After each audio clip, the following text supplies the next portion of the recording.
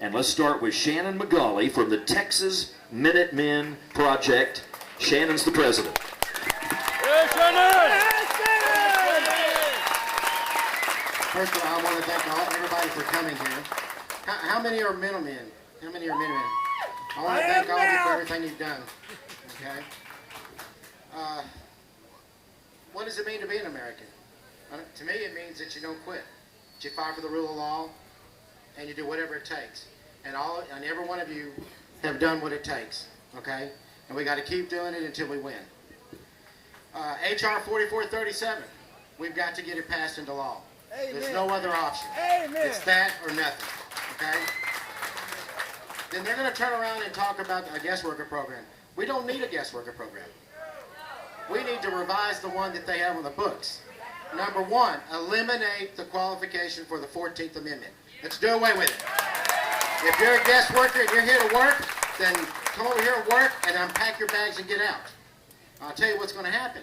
If we don't get that 14th Amendment eliminated out of the guest worker, they're going to have 4 or 5 acre babies while they're here. Okay, and are they going to go back to Mexico? Yes, they're going to go back to Mexico. They're going to use an address here in the United States, and they're going to come over between the 1st and the 3rd of the month and get their welfare check. I estimated at around $9,200 a year. And considering the average makes probably $4,000 to $6,000 a year, they're going to do pretty good in Mexico.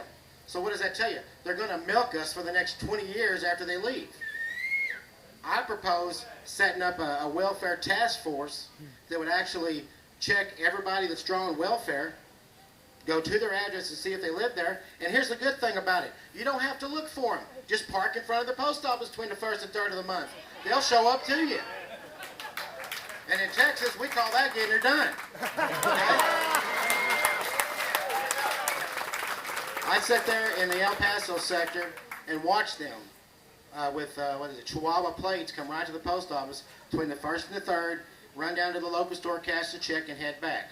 On patrol would be near the port of entry. We'll see the school buses pull up to the port of entry, stop, and then a bunch of kids come across the border and get on the bus to go to school, and they bring them back. I learned that they even have a daycare at the Faven school that nobody pays for, and they feed people at the Faven school. Anybody can go get fed. That's on our tax dollars. We're paying for all that. So your kids can come over, or the girls that are pregnant come over here, drop their kids off in the daycare at school, and we pay for that. I don't know anywhere in real America where that's paid for. But they don't seem to mind taking advantage of Texans or taking advantage of Americans. So we had to put a stop to that. I want to reemphasize, stay close to your local groups, support your local groups any way you can. There are several ways that you can donate. If you can't volunteer and you can't donate, have a cookout. Invite your friends over. Get literature from your local groups. Pass it out at your cookouts. There's several ways you can donate if you just put your mind to it. What they don't want us to do is spread the word. Okay? And we got to spread the word. Okay? And all the Texas, people who are from Texas, and you meet other Minutemen, or pick somebody that might be want to join us in Minutemen, swap emails, swap phone numbers, stay in contact, learn when there's going to be an event so that you can participate, so you can plan stuff out.